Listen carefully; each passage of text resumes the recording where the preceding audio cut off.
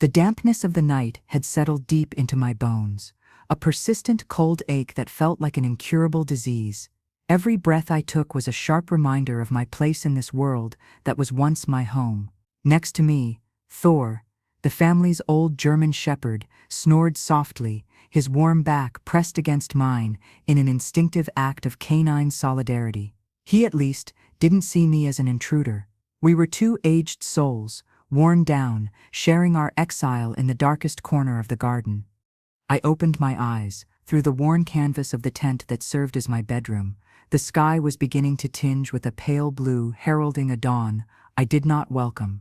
Every morning was the same pain in my hips, the same cold dew soaking the thin blanket that served as my sheet, the same smell of wet grass and dog, and above all the same deafening silence that preceded the cacophony of my daily humiliation.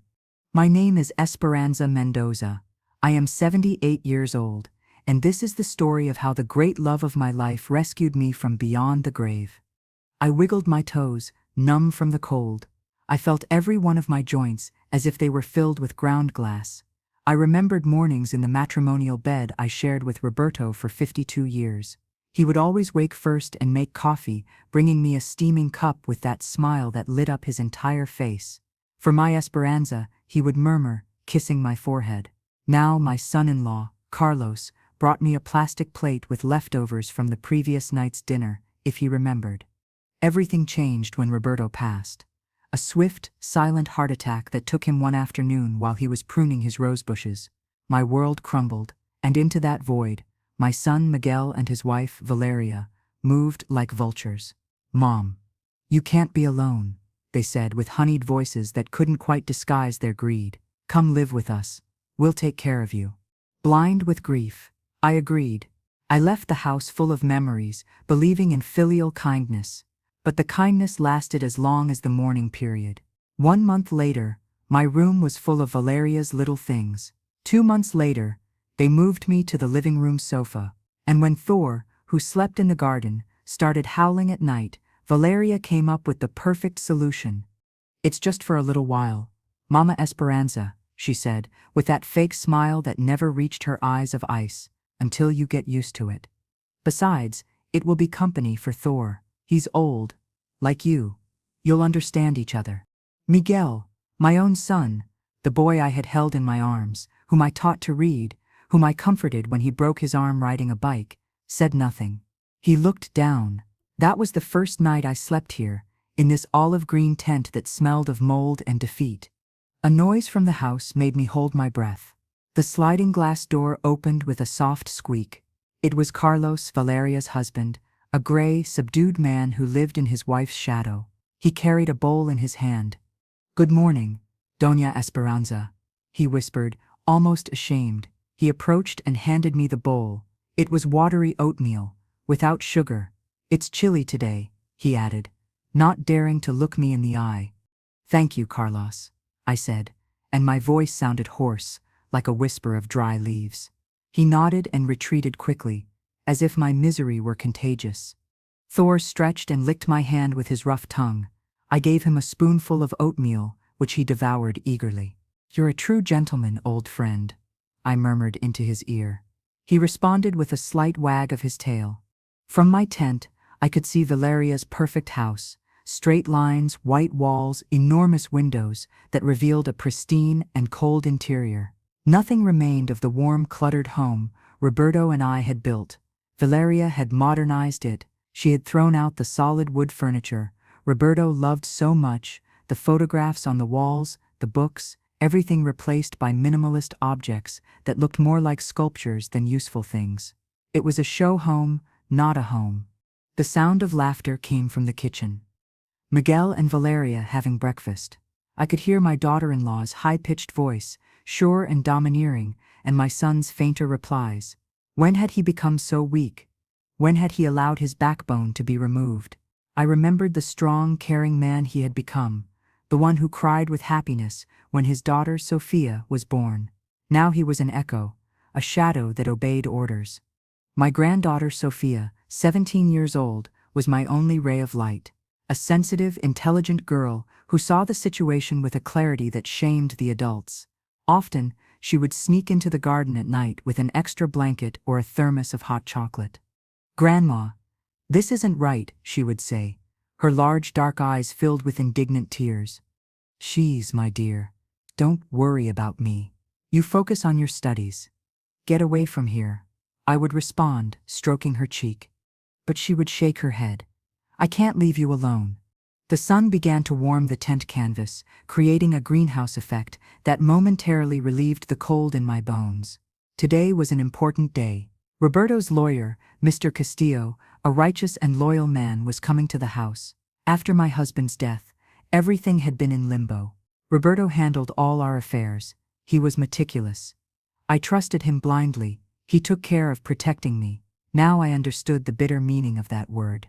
Miguel and Valeria had taken over managing the finances, assuring me it was all very complicated, that there were debts, that I shouldn't worry.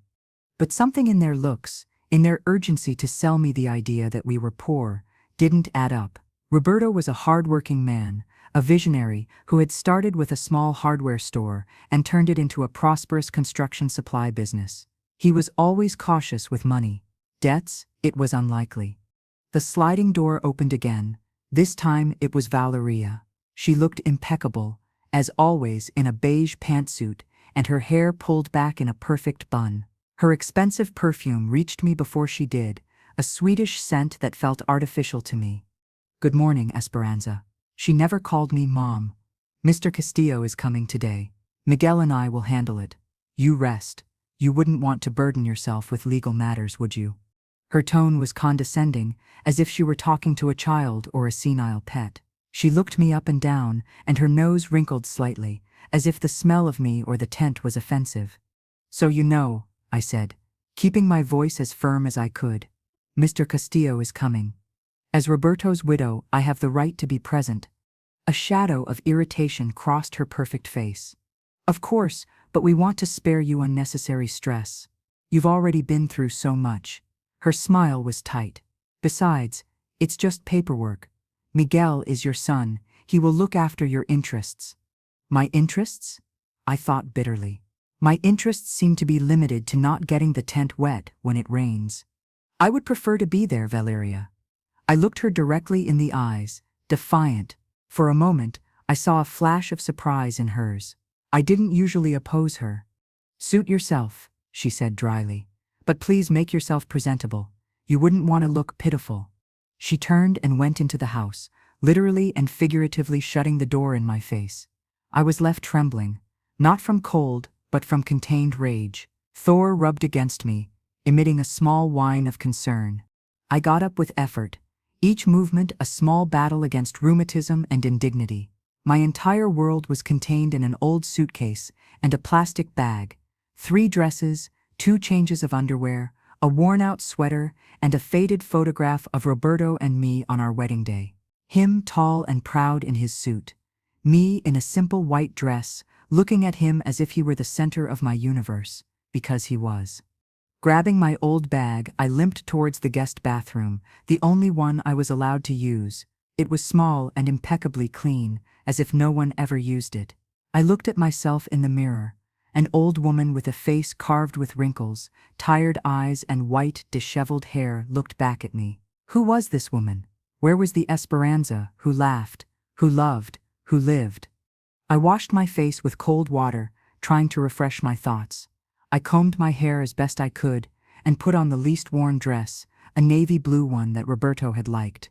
I needed to face this day with a shred of dignity. When I came out of the bathroom, Sophia was waiting in the hallway. Her face lit up when she saw me. "Grandma, you look beautiful," she said, hugging me tightly. "Thank you, dear." Her hug was a balm. "Are you staying to listen?" "I am." She lowered her voice. "I don't trust them. Dad's not himself." Before I could answer, we heard the doorbell. A shiver ran down my back. Mr. Castillo had arrived. Miguel and Valeria greeted him with exaggerated cordiality. Mr. Castillo was a man in his 60s, with graying hair and a serious bearing. He carried a worn brown leather briefcase. His eyes, intelligent and perceptive, sought me out immediately. "Doña Esperanza," he said, ignoring Miguel and Valeria to address me directly. He took my hands in his. They were warm and firm. "It's good to see you, though I regret the circumstances. Roberto was a great man." "Thank you, Ramon," I whispered, using his first name for the first time in years. I felt my eyes moisten. Seeing him was like having a little piece of Roberto in the room. Valeria coughed. "Uncomfortable. Please, come into the living room, Mr. Castillo. Some coffee?" "No, thank you." His tone was curt. "I prefer to get down to business as soon as possible." We sat on the uncomfortable white sofas in the living room. Me at one end, near Sofia, Miguel and Valeria together, facing us like a tribunal. Mr. Castillo took a single armchair and placed his briefcase on the glass coffee table. "As you know," he began, "the succession of Roberto Mendoza has been in process. He was a very organized man. He left a very clear notarial will, which I have kept until all preliminary procedures were complete." Valeria leaned forward, her eyes shining with barely concealed avarice. "Yes, it's been such a long and complicated process. Miguel, as the only son, is eager to honor his father's memory and stabilize the situation." Mr. Castillo looked at her coldly. "The will does not refer only to Miguel." He opened the briefcase and took out a thick, official-looking brown envelope. He held it in his hands. Roberto was explicit. "This document is to be read in the presence of his wife, Esperanza Mendoza. She is the primary heir and executrix." The silence in the room was absolute. I could hear the ticking of the wall clock and Valeria's ragged breathing. "Executrix?" asked Miguel, confused. "But Mom doesn't understand these things. I can—" "Miguel," Mr. Castillo interrupted him, in a voice that brooked no argument. "Your father trusted your mother's wisdom above all else. That is clear here." He broke the seal on the envelope and extracted several pages of parchment paper. He took a deep breath. I read the last will and testament of Roberto Alfonso Mendoza, dated 5 years ago. Every word from Mr. Castillo fell into the room like a slab of stone. Roberto began by stating his love for me, his dearest Esperanza, the light of his eyes and the love of his life. I cried silently, wiping my tears with the back of my trembling hand. Sofia squeezed my hand. Then came the substantial part, and the world stopped. "And hereby I give, devise, and bequeath to my beloved wife, Esperanza Garcia de Mendoza, the entirety of my estate, properties, and financial assets, to be her sole property and to dispose of as she sees fit." Valeria held her breath. "Among these assets," the lawyer continued, adjusting his glasses, "are 15 properties, the family home on Avenida de los Olivos, 2 apartments downtown, the commercial premises on Main Street, and 12 plots of land in the Las Colinas development." Miguel paled. 15 properties. But what about the hardware store? "The company Materiales Mendoza was sold in a private operation 3 years ago," Mr. Castillo said calmly. "Roberto invested the capital. The current liquid balance, in various accounts and investments, amounts to $25 million. The number floated in the room. Heavy, unreal, 25 million. It wasn't an inheritance. It was a fortune that I, the woman who slept in the garden, owned." Valeria jumped to her feet. "That's impossible," she shrieked, her strident voice breaking the spell. "He didn't have that much. We've been maintaining this house. We've been juggling." Mr. Castillo looked at her with contempt. "Ma'am, the accounts are clear. Roberto was a very shrewd investor, and I repeat, everything belongs to Doña Esperanza. The will is specific."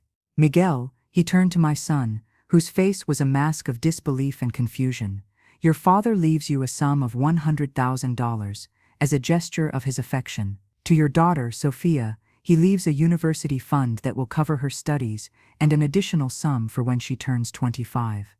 100,000. Miguel murmured, as if he didn't understand the words. "And my mother, everything." "That is correct." The lawyer gathered the documents. "Doña Esperanza has total control. She decides what to do with her inheritance. If she wishes to donate it, spend it, or of course if she wishes to help her family, it will be her decision." Valeria began pacing back and forth, like a caged lioness. "This is a fraud. That woman is not in her right mind.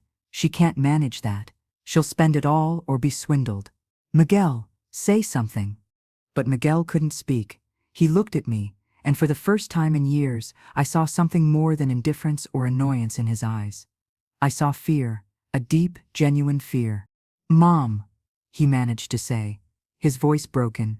You wouldn't want that responsibility, would you? Let us help you. We can manage it for you, for your own good. His plea was pathetic. After all they had done, after relegating me to the garden, they were now asking me to give them control of a fortune. The irony was so bitter it almost made me laugh. I stood up. My legs were trembling, but not from weakness, but from a new, overwhelming emotion. Power. Vindication. I looked at my son, at his hysterical wife, and then at Mr. Castillo, whose gaze was one of silent support. No, I said. My voice was a whisper, but it resonated in the quiet room. I don't need your help, Miguel. Valeria lunged at me. You ungrateful old woman, we gave you shelter and food, and this is how you repay us. Shelter? I asked, and this time my voice was stronger. I pointed towards the garden, towards the tent visible through the glass. You call that shelter? Valeria? You call leftover food sustenance? Roberto didn't give me an inheritance. He gave me the key to my freedom. Mr. Castillo approached me. Esperanza, with your permission, we can go to my office. There is much to do. Transfer of accounts, power of attorney. Yes, Ramon. I nodded. Let's get out of here. Now. No! Screamed Valeria, blocking the way. This isn't over. We'll contest the will. We'll say you weren't in your right mind when you signed it. The lawyer gave a cold smile. Ma'am, the will is irrevocable and was drafted when Roberto was of sound mind. Any challenge will be costly, and I assure you, you will lose. He lowered his voice, and his tone became dangerous. And if you insinuate anything about Doña Esperanza's mental capacity, rest assured I will press charges for elder abuse and neglect. I have witnesses. I have pictures. He looked deliberately towards the garden. That silenced her. She stood paralyzed, her mouth agape. Miguel sank into the sofa, covering his face with his hands. Sophia stood up and stood by my side. I'm going with my grandmother. I nodded. Proud, I took my plastic bag, the one that contained my entire reduced life. I needed nothing else. Everything that mattered was in those pages that Mr. Castillo now guarded in his briefcase. We walked towards the door. I stopped on the threshold and turned for the last time. I looked at my son, defeated on the white sofa of his chosen prison. I no longer felt anger, only a deep, heart-wrenching sorrow. Miguel, I said. He looked up, his eyes red. Your father loved you, but he loved me more, and he knew, God knows how, that this would be necessary, that he would need to protect me from you. I walked out of that house without looking back. The outside air had never smelled so sweet. Thor, who had been waiting by the door, came up and rubbed his head against my leg. Come on, boy, I murmured, scratching behind his ears. We're going home. Mr. Castillo opened the car door for me. I settled into the soft, warm leather seat. As we drove away, I saw the figure of my son through the picture window, watching us leave. It was a sad image, the end of something, but for me, it was a beginning. Mr. Castillo's office was the opposite of Valeria's house. Cozy, with wooden bookshelves full of books, family photographs, and a smell of real coffee and old paper. He offered me a comfortable armchair and a blanket for my legs, small gestures that returned my humanity. Over the next few hours, I signed documents, listened to explanations, and began to understand the magnitude of what Roberto had left me.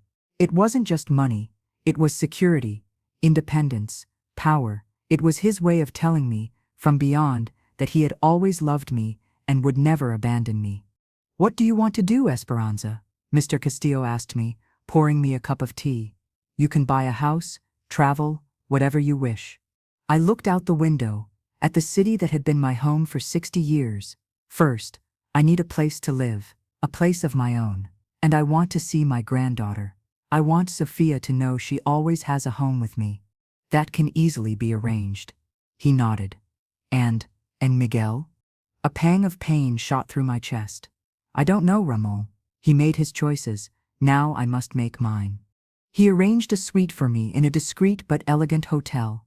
It was the first time in years that I slept in a large bed, with clean sheets and a solid roof over my head. That night, I lay down and cried. I cried for Roberto, for the love we shared. I cried for the son I had lost long before today.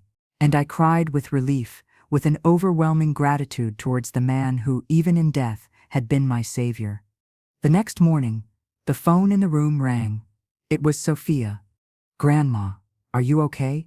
"Yes, my dear, I'm fine, very fine." "Grandma, Dad is devastated. Last night he and Valeria had a terrible fight. She left the house. I think they're going to separate." The news surprised me, but did not make me happy. "I'm sorry for him, Sophia." "Grandma, he wants to see you. He's outside the hotel. He says he needs to talk to you." I got up and went to the window. Down below on the sidewalk was the solitary figure of my son. He looked like he had aged 10 years in one night. He was wearing the same clothes as the day before, was disheveled, and was swaying slightly, as if struggling to stay upright. "Should I let him up?" asked Sophia, her voice trembling. My heart was torn between caution and a flicker of maternal hope. Was this another trick, or was there a chance, however remote, for redemption? Tell him to come up," I said finally. "But stay close." Minutes later, there was a soft knock at the door. When I opened it, I found Miguel. His eyes were swollen and red, and he smelled of sweat and sleeplessness. "Mom," he whispered, and his voice was that of a frightened child. "Mom, I'm sorry. I'm so sorry." He collapsed to his knees on the threshold, buried his face in my dress, and began to sob with a despair that shook me to my core. It was the cry of a man who had hit rock bottom, who saw with brutal clarity the ugliness of his actions. I stood still, my hands suspended in the air, hesitant. Was this true remorse or just the fear of losing the fortune? Could I forgive the unforgivable? His sobs were the only sound in the room, and in the midst of that pain, I looked towards the nightstand where I had left, for the first time since receiving it, the leather briefcase Mr. Castillo had given me with copies of everything. And then, my eyes, clouded with tears, fixed on a detail I hadn't noticed before. In the worn inner lining of the briefcase, there was an almost imperceptible flap. Something gleamed faintly inside, like the edge of a photograph or a folded paper. It wasn't part of the official documents. It was something hidden, placed there with a secret intention. Miguel was still clinging to my legs, begging for forgiveness, but I could no longer hear him. My entire being, every fiber of my attention, was concentrated on that small silvery gleam, on that secret that Roberto, my shrewd and cautious Roberto, had left for only me to find, at the very moment my world was changing forever. I slowly reached out my hand, my heart pounding loudly in my chest. The sound of blood pumping in my ears drowned out my son's sobs. My trembling fingers closed around the edge of the paper peeking out from the hidden flap. I carefully pulled it out. It wasn't a photo, it was a smaller envelope, cream-colored, addressed to me in Roberto's unmistakable handwriting. The ink was slightly faded and written below my name, in capital letters that made my breath catch, a single terrifying word. Warning. The world shrank to that small cream-colored envelope in my hands. Miguel's heart-wrenching sobs kneeling at my feet became a distant background noise, an echo in a vacuum chamber. All that existed was the weight of the paper, the familiar elegance of Roberto's handwriting, and that word written with an urgency that pierced the page. Warning. My heart, which a moment before had been aching with pity for my son, turned into a fist of ice beating violently against my ribs. Warning. Against what? Against whom? Roberto had foreseen everything, down to the last detail of this scene. He had known this day would come, that I would find this message just when the son we raised together would break down at my feet. "Mom, please." Miguel groaned, his face streaked with tears and snot, clutching the fabric of my dress as if it were a lifeline. I don't know what came over me. It was Valeria. It was fear. "I swear I didn't mean to hurt you." His words bounced off me without penetrating. My eyes were fixed on the envelope. Sophia, pale and wide-eyed, watched the scene from the door, paralyzed between compassion for her father and worry for me. "Miguel," I managed to articulate, and my voice sounded strange, hoarse, as if it didn't belong to me. Get up. He shook his head, sinking deeper. I don't deserve to. Tell me you forgive me. Get up, I repeated, with a firmness that surprised even myself. It wasn't a shout, but an order laden with an authority I hadn't exercised in years. The tone worked. Miguel slowly rose to his feet. Swaying, his shoulders were hunched, his body a monument to defeat. He looked at me, seeking a glimmer of clemency in my eyes, but mine must have been veiled by a terror I couldn't disguise. Sophia, I said, without taking my eyes off the envelope, take your father to the bathroom. Let him wash his face. Get him a glass of water. Sophia nodded, understanding, and took Miguel by the arm with a tenderness that broke my heart. Come on, Dad. When they left the room, I closed the door with a soft click and leaned against it, feeling the solid wood against my back. The suite was luxurious, silent, too silent. The contrast with the emotional chaos boiling inside me was terrifying. With fingers that barely obeyed, I slid my nail under the flap of the envelope. It was sealed with wax, a detail so characteristic of Roberto. I broke the seal with a dry snap that echoed in the room. Inside, there was a single sheet of paper, the same thick note paper he always used for his most important notes. The handwriting was his, but shakier, as if written under great pressure or emotion. My dearest Esperanza, if you are reading this, then my plan has worked, and because I fear my worst fears about our son have come true. A pang of pain, sharp and deep, shot through my chest. His worst fears. Roberto had always been the optimist, the one who saw the best in people. I was the cautious one, but in the end it was he who had prepared this safety net, who had anticipated the betrayal. I bear no grudge towards Miguel. The love we have for him is stronger than any mistake. But the world, my love, is a place full of shadows, and ambition can cloud the purest heart. Valeria is dangerous, not out of innate malice, but from a greed that knows no bounds. And I fear she has dragged our son into an abyss from which he may not escape. I took a deep breath, trying to calm the trembling in my hands. I looked towards the bathroom door, behind which my son was recomposing himself. Dangerous. The word resonated with a sinister truth. The fortune I have left you is yours. It is your shield and your freedom, but it is also a magnet for vultures. Therefore, I have taken one final precaution. The money, the 25 million, is not simply in bank accounts. My eyes widened. What did he mean? I have converted the bulk of the capital into something more stable and, above all, harder to plunder. Rough diamonds, certified, and with a clear market value. They are stored in a safety deposit box at the National Vault, under a code that only you and Ramon Castillo know. The property deeds are in your name, non-transferable, without your notarized signature. But the diamonds are your true fortress. Diamonds. Roberto, who always distrusted ostentation, had turned our fortune into gemstones. It was brilliant. It was untraceable for someone like Valeria, impossible to transfer without my explicit consent. Now comes the true warning, my love. And for this I ask you to be strong, as you have always been. I felt an icy cold run down my spine. I gripped the paper tighter. 2 years ago, I started to feel unwell. Very unwell. The doctors said it was my heart. Stress. But I wasn't so sure. The symptoms were strange. Dizziness, weakness, momentary confusion. They always coincided with Valeria's visits, when she was especially solicitous, bringing me teas and vitamin supplements that, she said, would help me. The air escaped my lungs.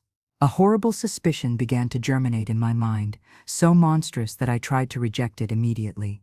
I have no proof, Esperanza, only the foreboding of an old man who knows human nature. That is why, before I died, I changed my diet radically. I got rid of all those gifts, and in secret, I asked Ramon that, if my death was sudden or suspicious, he should keep this envelope for you to find when you were safe.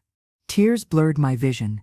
Was he saying what I thought he was? That Roberto suspected that they had tried to poison him? That Valeria could have? I couldn't finish the thought.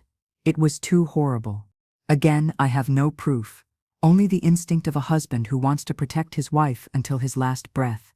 Be careful of her, Esperanza, and take care of Miguel. He is a victim of his own weakness, but above all, take care of yourself. You are the most valuable legacy of my life. The money, the properties, all that is paper. You are my treasure." The letter ended with his usual signature, large and confident. "With all my love forever, Roberto." The paper fell from my trembling hands and floated to the carpeted floor. I brought my hands to my mouth to stifle a scream, a sob, something, but only a dry gasp came out, a sound of pure terror. It wasn't just the inheritance, it was his life. Roberto might have been murdered, and the prime suspect was the woman who was now outside, probably plotting her next move. A soft knock on the door made me jump. "Grandma." It was Sophia's voice, soft and worried. "Are you okay?" "Dad is a little better." I grabbed the letter from the floor, folded it hastily, and put it in the pocket of my dress, next to my heart, which seemed to want to leap out of my chest. I wiped my tears furiously, trying to compose my face. I couldn't frighten them. Not yet. "Open the door, dear," I said, striving to sound calm. Sophia entered, followed by a washed, pale but calmer Miguel. His swollen eyes searched mine anxiously. "Mom, about the inheritance," he began, in a weak voice. "That can wait, Miguel," I interrupted, more abruptly than I intended. "Now is not the time." He looked down, ashamed. "You're right, I'm sorry. I want you to know that I didn't know about the amount. Valeria told me Dad had debts, that we were on the brink of ruin. I'm an idiot. I believed everything." "Where is Valeria now?" I asked, trying to make the question sound casual, though every syllable burned my tongue. Miguel shrugged, a helpless gesture. "She's gone. She packed her bags and left. She said she couldn't be with such a weak man, that he had ruined our only chance." His voice broke. "She said horrible things about you, Mom, that you were a cunning witch who had manipulated Dad until the end." Valeria's hatred didn't surprise me, but her past actions did. Every word of Roberto's letter resonated in my mind like a funeral drum. Dizziness, weakness, confusion, always with Valeria's visits. "Miguel," I said, choosing my words with the care of someone walking on broken glass. "When your father got sick, those last months, did you notice anything strange?" He frowned, confused by the change of subject. "Strange? No. Well, he was down, tired. The doctors said it was his age, his heart, and Valeria." "How did she behave with him?" Miguel seemed to think for the first time.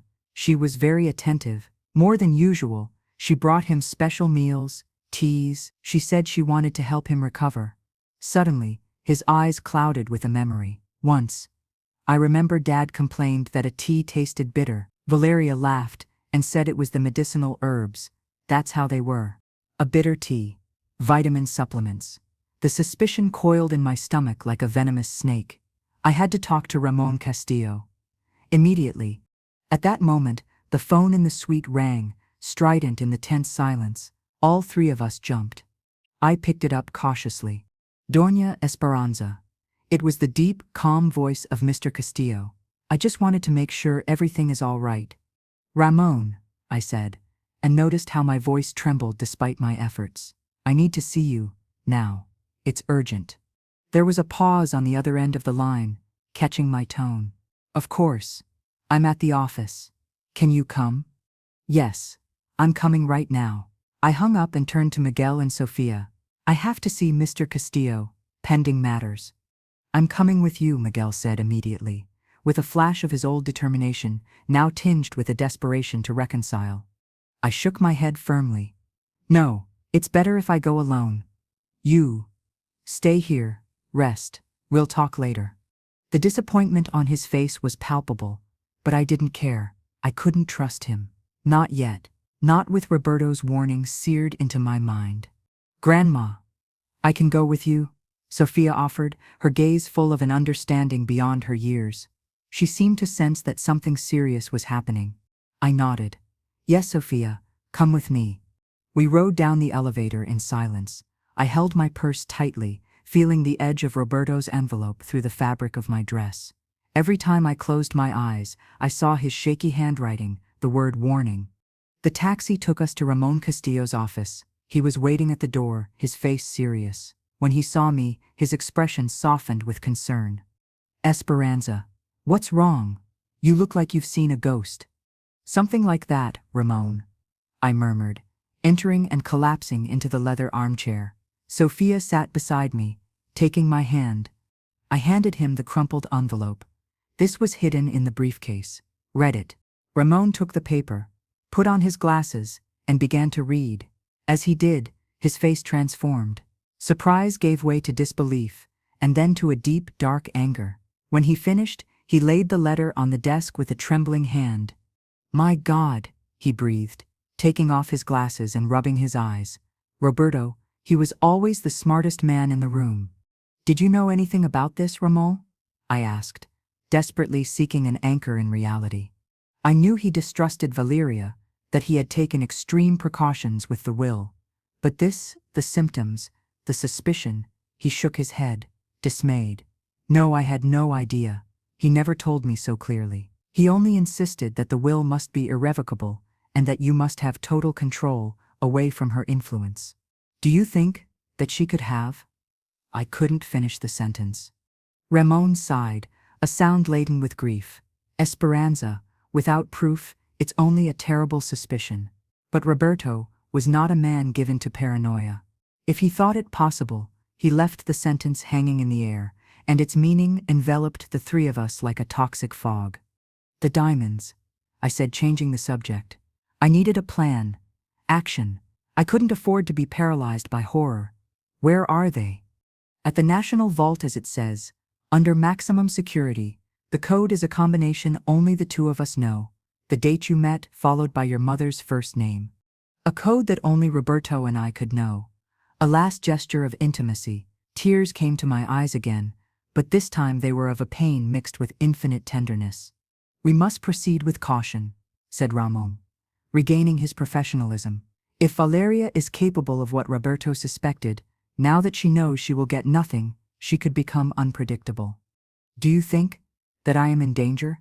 I asked, and my voice sounded small and fragile, like a child's. Ramon looked me directly in the eyes. After reading this, Esperanza, I think it would be negligence not to take precautions. At that moment, Sophia's cell phone vibrated. She took it out and looked at the screen. Her face fell. It's Valeria, she whispered, showing us the phone. What does she want? I asked, holding my breath. She sent a text. Sophia read it aloud, her voice trembling. Sophia, honey, I know you're with your grandmother. Tell her I need to talk to her. It's urgent. It's about Miguel. Something terrible has happened. Please answer. The message was a clear manipulation, a hook to lure me in, but the mention of Miguel, that something terrible had happened, made my heart leap. Despite everything, he was my son. Don't answer, Ramon said firmly. It's a trap. She wants access to you. But what if it's true? I asked, my voice broken with anguish. What if Miguel has done something foolish? Miguel is at the hotel. Esperanza. Let's call the room to make sure. Ramon dialed the hotel number and asked to be connected to our suite. We waited an eternity of seconds. No one answered. The silence in the room became oppressive. Anxiety seized me. What if Valeria wasn't lying? What if Miguel, in his state of shock and desperation, had done something irreversible? We have to go back, I said, standing up. The world was spinning around me. Roberto's warning, Miguel's disappearance, Valeria's message, everything was mixing into a perfect storm of fear. Esperanza. That's what she wants, Ramon insisted, but I could no longer think clearly. He's my son, Ramon, I cried, and the cry came from a deep, primal place within me. I can't abandon him, even if he failed me, not after what I just read. Sophia stood by my side. Grandma is right. We can't leave him alone. Ramon looked at our determined faces and sighed, resigned. All right, but you're not going alone. I'm coming with you, and we'll call the police on the way, just in case. The taxi ride back to the hotel was the longest of my life. Every red light was torture. I looked out the window, seeing people passing by with their normal lives, unaware of the hell unfolding in mine. When we arrived, we hurried into the hotel. As we approached the suite, I noticed the door was ajar. My heart stopped. Miguel? I called, pushing the door open carefully. The room was empty. The bed was unmade, and on the nightstand was an overturned glass of water. There was no sign of a struggle, but no sign of Miguel either. Miguel? I called again, louder, my voice shaking with panic. Then, from the bathroom, came a sound, a low, pained moan. We ran towards it. The bathroom door was also open, and there, collapsed on the floor next to the toilet, was Miguel. He was pale, sweaty, and clutching his stomach tightly. Beside him on the floor was a small, empty glass vial, with a handwritten label I couldn't read. "Miguel!" I screamed, falling to my knees beside him. I touched his forehead. It was cold and clammy. He opened his eyes, glassy, and looked at me. His lips moved, forming words I could barely hear. "Mom. I'm sorry, she gave me, said it would help me sleep." Sophia, behind me, screamed. Ramon took out his phone and dialed emergency with trembling fingers. I held my son's face, looking into his dilated pupils. The vial on the floor, the label, Valeria. She had been here. She had given him something, the same supplement she gave Roberto. "Hold on, Miguel. Hold on," I begged, tears falling on his face. "Help is on the way." He tried to smile, a twisted, pathetic grimace. "Do you forgive me, Mom?" "Shut up. Don't talk. Save your strength," I ordered, but it was useless. The damage was done. As we waited for the ambulance, cradling my son's head in my lap, I looked at Ramon. His eyes reflected the same horrified understanding I felt. Roberto's warning was no longer a suspicion. It was a nightmare come true. Valeria had not been content with the money. She had returned and had tried to finish off my son, perhaps to punish me, perhaps to silence him, perhaps in an act of pure evil. And as the sirens grew closer in the distance, I knew, with a certainty that froze my soul, that this was not over, that the battle for my family, for Roberto's memory, and for my own life had only just begun, and that the woman my son had loved was capable of anything. The sirens pierced the brain like needles, getting closer and closer until the deafening sound filled the hotel parking lot. The door to the suite burst open and a troop of paramedics in orange jackets invaded the space, turning the intimate drama into a scene of public chaos. "Clear the area. We need space," one of them shouted, kneeling beside Miguel, who lay in my arms, growing paler, more distant. His expert, firm hands gently but undoubtedly moved me aside. "Ma'am, we need to attend to him." I stood up unsteadily, leaning on Sophia, who was crying silently, clinging to my arm. I watched as they put a cervical collar on him, inserted an IV into his arm, placed an oxygen mask over his face. His chest rose with difficulty. The empty vial had been picked up with tweezers and placed in a plastic bag by one of the paramedics, whose face was a mask of impassive professionalism. "What did he take?" asked the one who seemed to be the team leader, without stopping his work on Miguel. I don't know," I stammered, feeling useless. "A vial, his wife, she was here." The man nodded, writing something on a clipboard, probably an overdose of some sedative or anxiolytic. "The symptoms match. Is the wife present?" "No," interjected Ramon Castillo, with an authoritative voice. "She's gone. We believe she was the one who administered the substance." The paramedic's eyes met Ramon's, and a tacit understanding passed between them. "The police will have to deal with that. For now, we're taking him to General Hospital. It's the closest with a toxicology unit." They loaded Miguel, now unconscious, onto a gurney. The wheels squeaked on the tiled floor as they took him out of the suite. We followed like sleepwalkers, a trio of shattered souls in the carpeted hallway, riding down the elevator that smelled of disinfectant and fear. The ambulance ride was a blur of red lights reflecting off the grim faces of the paramedics. I sat in the back, holding Miguel's cold hand, praying silently to a God I hadn't invoked in years. Sophia and Ramon followed us in a taxi. Every bump in the road made my heart jump. Every beep from the monitor tracking his vitals was a lash of anxiety. In the emergency room, time lost all meaning. They left us in a cold waiting room, with blue plastic chairs and worn cream-colored walls. The smell of chlorine and hopelessness was omnipresent. Sophia curled up next to me, shivering despite the mild temperature. Ramon came and went, talking on the phone in a low voice, his face a mask of worry. The police are on their way, he informed us at one point. They've located Valeria's car abandoned near the airport. It seems she has fled. The news did not surprise me, but it terrified me. She was loose, and if she was capable of poisoning her own husband, what wasn't she capable of? After an eternity, a young doctor, with her hair in a ponytail and deep dark circles under her eyes, approached us. Family of Miguel Mendoza. We jumped to our feet. Yes, I'm his mother. How is he? Stable, said the doctor, and a collective sigh of relief escaped our lips. He's been very lucky. He ingested a very high dose of benzodiazepines, a potent sedative. If he hadn't been found in time, well, he was. We've performed gastric lavage and administered an antagonist. He's asleep, but out of danger. Can we see him? I asked. My voice cracked with emotion. One moment, only one of you. He's in the ICU for observation. I looked at Sophia and Ramon. I'll go. The doctor led me through a maze of bright, shiny hallways to a semi-private room where Miguel lay in a metal bed, connected to a tangle of wires and tubes. He looked small and vulnerable, like the child he once was. His breathing was regular, but artificial. I stroked his hand, noticing the coldness of his skin. Miguel, I whispered, leaning close to his ear. It's Mom.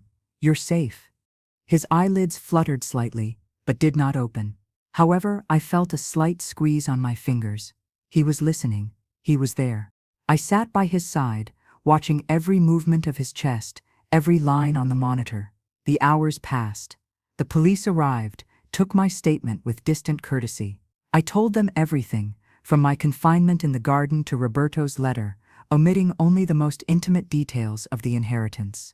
Their faces were impassive, but I saw disbelief in their eyes. It was a nightmare story, too twisted to be invented. We'll find Mrs. Valeria, a middle-aged officer assured me, with a hint of genuine compassion. In the meantime, be careful. When they left, darkness had fallen outside the hospital windows.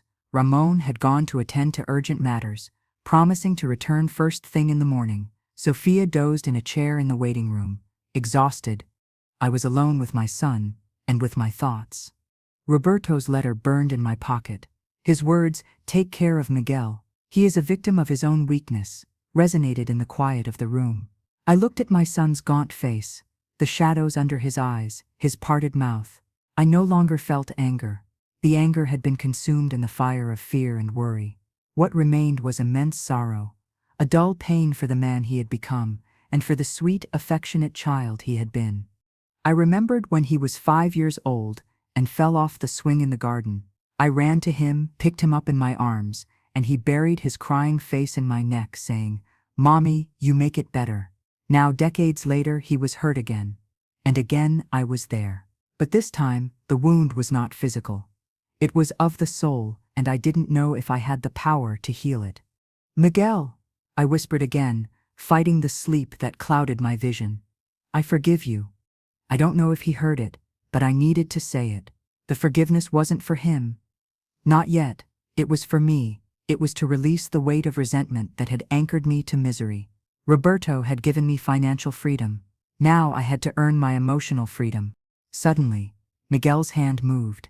His fingers interlaced with mine, with a strength that surprised me. He opened his eyes. They were clouded by the sedatives, but conscious.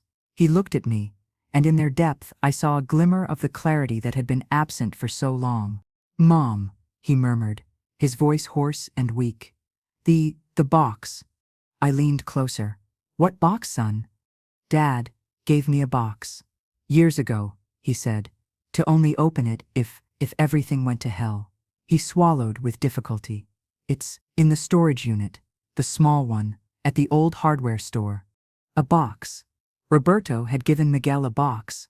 Why? What did it contain? Was it another layer of his contingency plan? "What's inside, Miguel?" I asked gently. He shook his head, an almost imperceptible movement. "I didn't open it. He made me promise." He said it contained the truth. About him. About everything. His eyelids closed heavily. "The key. I have it. On my keychain." The car keys. Exhausted by the effort, he sank back into a deep sleep. But his confession had opened a new door in the darkness. Roberto had not only left me a warning, he had left a truth for Miguel. A truth that could change everything. I remained by his side until the sun began to filter through the blinds, painting stripes of golden light on the gray floor. When Ramon and Sofia arrived, fresh but still worried, I told them what Miguel had told me. Ramon frowned. The old hardware store. We sold it years ago, but the deal included a small storage locker that Roberto always insisted on keeping. He said it was for memories. I never thought. We have to go, I said, with a new determination. We have to find that box. Ramon nodded. I'll go right now. You stay with Miguel. I'm going with you, Mr. Castillo, said Sofia, firmly. Grandma should stay here, in case Dad wakes up. I knew they were right. With a knot of anxiety in my stomach, I gave them Miguel's car keys, which I had picked up from the hotel. After they left, I felt more alone than ever. The hospital room was a world apart, a limbo where time was measured by the beeps of machines and nurses' rounds. Miguel woke up from time to time, drank a little water, and went back to sleep. Each time he opened his eyes, he looked at me with renewed clarity, as if the overdose had washed a layer of fog from his mind. At noon, as I was giving him a drink with a straw, he looked at me intently. About the garden, Mom, he said, his voice a little stronger. I never should have allowed it. I ask for your forgiveness. Truly. Tears came to my eyes, but this time they were of a glimmer of hope. It's over, Miguel. What matters is that you're okay. Valeria, his voice broke when he said her name. She manipulated me, made me feel small, incompetent, told me that without her, I was nothing. That you and Dad had raised me as a weakling. He looked down ashamed, and in the end I believed her lie. It was the confession I had been waiting for, not an excuse, but an explanation, and in it I saw the path to reconciliation, long, difficult, but possible. At that moment, the door to the room opened, and Ramon appeared, followed by Sofia. They carried with them a small, rectangular box of dark cedar wood, with tarnished brass fittings. It was simple, but well made, the kind of box made to last for generations. We found it, Ramon announced, placing it carefully on the rolling table next to the bed. It was hidden behind some old toolboxes. Miguel's key worked. The four of us looked at the box. It was an inanimate object, but it seemed to contain a latent energy, a secret that had waited years to be revealed. Open it, Mom, said Miguel, in a weak but firm voice. It's yours. Dad left it for you. Through me. With trembling hands, I took the small, rusty key that Ramon handed me. I inserted it into the lock of the box. It turned with a soft, satisfying click. I held my breath and lifted the lid. Inside, there were no diamonds, no legal documents, nothing of material value. There was only a bundle of letters tied with a ribbon, and on top of them, a photograph. The photograph was old, black and white. It showed Roberto, young with thick, dark hair, smiling with carefree happiness. He had his arm around the shoulders of another woman. It wasn't me. She was pretty, with a kind face and light eyes, and she was holding a baby a few months old in her arms. I turned the photo over. On the back, in Roberto's handwriting, it said Isabel and Miguel, 1975. 1975. The year Miguel was born. My mind, numb with fatigue and shock, struggled to process what I was seeing. Who was Isabel? Why was Roberto with her and a baby who was, without a doubt, our son Miguel? With a horrible premonition, I took the first letter from the bundle. The paper was yellowed and fragile. The handwriting was feminine, elegant. Dear Roberto, Miguel said his first word today. It was Dada. I know it hurts not to be here to hear it, but I want you to know that I talk to him about you every day. I tell him that his father is a good and brave man, who loves us very much but has another family to attend to. The letter fell from my hands. The world was spinning. I couldn't breathe. No, it wasn't possible. Roberto. My Roberto. The man with whom I shared 52 years of my life, had another family, or at least, another child? And that child was Miguel? I grabbed another letter. And another. They were all from Isabel, letters full of love, updates on Miguel's growth, a sad but serene resignation. They spoke of an agreement, of a secret they had kept for years. Roberto sent them money, visited them in secret. Isabel knew of my existence and accepted her role as the second family. Miguel from the bed saw the paleness of my face. "Mom? What's wrong? What is it?" I couldn't speak. I looked at my son, the man I had raised as my own since he was born. Was it possible? I remembered the birth, the clinic, Roberto holding Miguel for the first time. Had it all been a lie? Had he adopted another woman's son and passed him off as his own? Ramon, who had read one of the letters I had dropped, had a face contorted in a grimace of horror and pity. "Esperanza," he murmured, but could not continue. Sofia, confused, took the photograph. "Grandma, who is this woman? She looks like Dad." And it was true. Now that I looked, Miguel had the light eyes of the woman in the photograph, Isabel, not my dark eyes, not Roberto's. My whole life, all my love, all my motherhood, crumbled in an instant. Roberto's great love had been a farce. The family we built had been erected on the rotten foundations of a monumental lie. Miguel, seeing our faces, tried to sit up. "Tell me what's going on." His voice was a hoarse cry of desperation. I showed him the photograph. "Miguel, this woman, Isabel, is your biological mother." He looked at the photo, then at me, his eyes reflecting the same devastating disbelief I felt. "What? No, that's impossible. You are my mother." "It seems that I'm not," I said, and the words tasted like ash. "It seems that Roberto was your father, but Isabel was your mother. I raised you as if you were mine." The silence that followed was more eloquent than any scream. Miguel sank into the pillows, his face a mask of confusion and pain. Sofia cried silently, hugging herself. And I stood there holding the proof of Roberto's deepest betrayal in my hands. It hadn't just been Valeria. The lies and deception came from much further back, from the very foundations of our marriage. The warning letter had only been the beginning.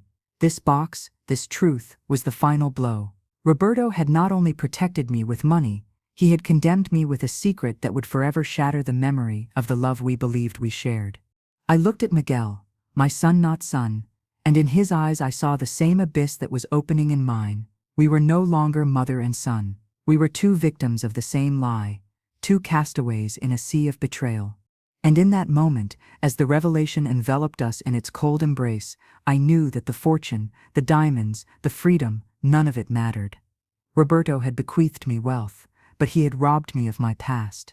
And now, he left me and Miguel facing the most painful question of all.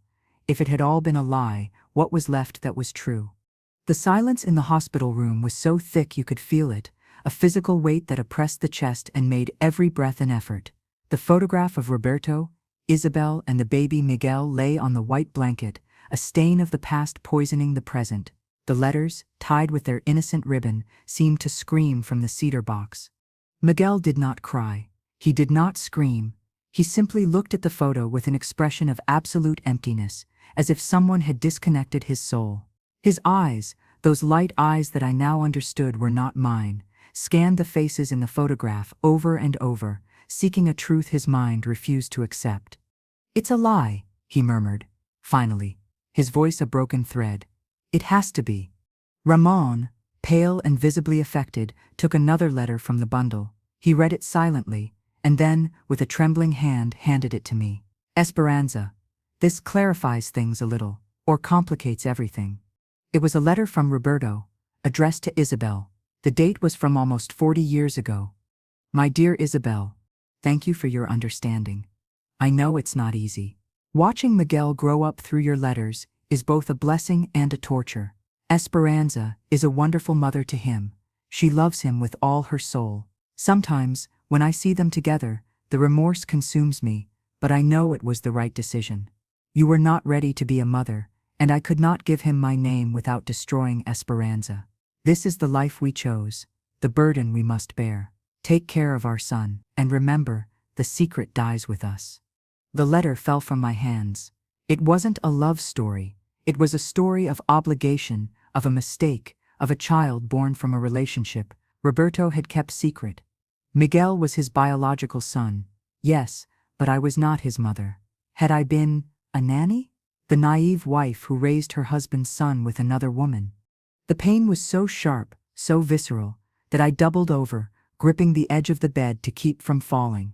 It wasn't the pain of the betrayal, but the pain of invalidation. 52 years of love, of care, of sleepless nights, of laughter and tears, all reduced to a farce. My motherhood, the central pillar of my identity, was a house of cards built on a lie. Grandma, Sophia sobbed, hugging me. Her touch, so pure and full of a love that was real, anchored me to reality. Miguel looked up. He looked at me, and for the first time I saw not the weak, manipulated man, but a frightened and confused child, just like me. "Why?" he asked, his voice broken. "Why did they lie to me my whole life?" "Out of cowardice, Miguel," said Ramon, with deep bitterness in his voice. "Roberto was a great man in many ways, but in this, he was a coward. He didn't want to face the consequences of his actions. He gave you a life, a family, but he robbed you of your truth." "And her?" Miguel pointed to the photo of Isabel. "What happened to her?" I searched among the letters. I found a more recent one, from about 10 years ago. It was from a lawyer, addressed to Roberto. "Dear Mr. Mendoza, we inform you that our client, Isabel Martinez, passed away peacefully last month after a brief illness. According to her wishes, her ashes were scattered at sea. She left no direct heirs except for the son you know. We reiterate her desire for the secret to be maintained, so as not to disrupt your life. Isabel had died, without ever claiming her son. She had accepted her role in the shadows. Out of love, out of respect, or out of fear, we would never know." Miguel sank back against the pillows, exhausted physically and emotionally. "It's all a lie," he repeated, but this time there was a heart-wrenching acceptance in his tone. I dried my tears with force. The pain had not gone away, but a cold fury began to make its way through the shock. Roberto had lied to me. He had used me, but there was one thing his lie could not change. I approached the bed and took Miguel's hand. He flinched but did not withdraw it. "Listen to me, Miguel," I said, and my voice sounded strangely firm, as if another, stronger woman were speaking through me. "Yes, they lied. Roberto and Isabel. They lied to both of us. But there is a truth that is bigger than all their lies." He looked at me, waiting. "The truth is that I held you in my arms when you had colic. The truth is that I taught you to tie your shoelaces, to ride a bike. The truth is that I stayed up with you when you had a fever, that I celebrated your triumphs and suffered your failures." My tears flowed again, but now they were clean, pure. "The truth, Miguel, is that I love you. Not because Roberto forced me to. Not out of duty. I love you because you are my son. Because the blood of the womb doesn't mean a damn thing compared to the blood of the heart, the blood shared on scary nights, on days of laughter, in years of life together." Miguel looked at me, and for the first time in years I saw a spark of true light in his eyes, an understanding that went beyond pain and betrayal. "You are my mother," he whispered, and it was an affirmation, not a question. "You have always been my mother." Yes, in the only sense that truly mattered. Roberto may have lied about the origins, but he could not falsify the decades of unconditional love I had given Miguel. That was mine. It was real.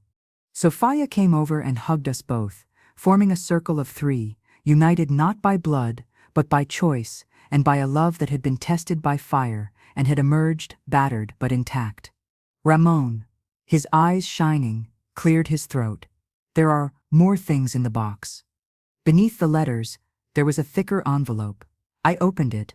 It contained legal documents, Miguel's birth certificate, which listed him as the son of Roberto and an unknown mother, and a holographic will from Isabel, leaving all her belongings, a few shares and a small house on the coast, to my dear son Miguel Mendoza, in the hope that one day he will know the truth and forgive me. And there was one last letter from Roberto, addressed to me. The handwriting was shaky, written near the end. "My dearest Esperanza, if you are reading this, then the worst has happened, and Miguel has had to open the box, and it also means that I have failed to protect you from the pain I always feared. No apology is enough for the lie on which I built our life. I robbed you of the truth about Miguel's maternity. It was selfish. It was cowardly, But please believe me when I tell you that I never robbed you of love. I loved you from the first day I saw you until my last breath, and I admire you more than words can express. You raised Miguel with a kindness and strength that Isabel, in her lost youth, could never have given him. You gave him a real mother. You are his mother in every sense that matters, and for that, even if you hate me for this lie, I beg you not to let it destroy the bond that unites you. It is the most valuable legacy I leave. Take care of our son, and take care of yourself. You are and always will be the love of my life, with all the love of an imperfect and repentant man. Roberto. I read the letter aloud. When I finished, silence filled the room again, but this time it was a different silence, less charged with rage, more filled with a deep, understanding sadness. Roberto was not a monster. He was a man who had made a monumental mistake and had lived with it, tormented, for decades. His love for me, perhaps, had been real, but it had been tarnished by a lie that now exploded in the faces of those of us who remained. Miguel reached out and took the letter. He read it himself, his lips moving silently. When he finished, he pressed it to his chest. He did love me, didn't he? He asked, with the voice of a small child. Yes, Miguel, I said, with certainty. He loved you, in his own clumsy and flawed way, but he loved you, and me too. The revelation did not erase the pain of the betrayal, of the years of lies, of the tarnished image of Roberto, would take years to heal, if it ever healed completely. But something had been mended in that hospital room. The bond between Miguel and me, which Valeria had tried to destroy with her evil, and which Roberto's truth had shattered, was being rebuilt with a new material authenticity. There were no more secrets between us. We were two damaged adults, facing the truth of their past, but we were doing it together. Days later, Miguel was discharged from the hospital. We did not return to Valeria's house. With Ramon's help, we rented a spacious, bright apartment, with a view of the sea, a place that held no ghosts of the past. A place to start anew. The police found Valeria a week later, trying to board a flight to a country with no extradition. She was arrested and charged with attempted murder and elder abuse. Her trial would be long, but earthly justice was taking its course. One afternoon, sitting on the balcony of the new apartment, watching the sun set over the water, Miguel broke the silence. Mom, he said. It was the first time he had called me that since the revelation. The words sounded true, chosen. I want to visit Isabel's grave. Just to make peace. I nodded. We'll go together. And so we did. There was no headstone, as her ashes had been scattered, but we went to the cliff the lawyer had indicated. The wind blew strongly, tearing the tears from our eyes before they could fall. Miguel stood there in silence for a long time, saying goodbye to the mother he never knew and forgiving the shadow that had loomed over his life. I stood by his side, his mother, the mother who had rocked him, sung to him, raised him, the real mother. Roberto's fortune, the diamonds, the properties, in the end, they were not important. I used them to secure our future, to give Sophia the education she deserved, to help other elderly people in abusive situations. But the true wealth that Roberto bequeathed me, unknowingly, was the opportunity to rebuild my relationship with Miguel on honest foundations. Sometimes at night, when the pain of the betrayal woke me, I would take Roberto's last letter and reread it. I no longer felt anger. I felt pity. Pity for the man who had to carry his secret all his life, and I felt gratitude. Gratitude for having given me, despite everything, the gift of motherhood. Thor, the old German shepherd, now lives with us in the apartment. He sleeps at the foot of my bed, on a soft rug. It's no longer cold at night. Today Miguel has started therapy. So have I. We talk about what happened. We cry. Sometimes we even laugh, with that bitter healing laughter of those who have survived a storm. Life is not a fairy tale. There is no perfect ending. The scars of betrayal and abuse will always be there. But wounds can close, and sometimes, from the ashes of a lie, a stronger, more conscious, truer love can be born. My name is Esperanza Mendoza. I am 78 years old. I slept in a garden, next to a dog, believing I had lost everything. I found a fortune, but I also found a devastating truth. And in the end, I discovered that the only inheritance that really matters is not in banks or safes. It is in the human heart's capacity to forgive, to rebuild itself, and against all odds to find hope again.